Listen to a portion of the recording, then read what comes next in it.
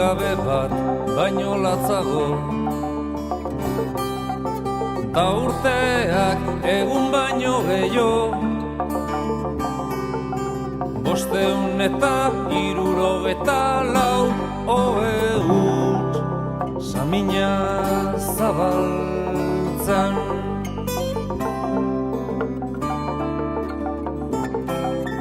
Batzuen ustez ordaintzen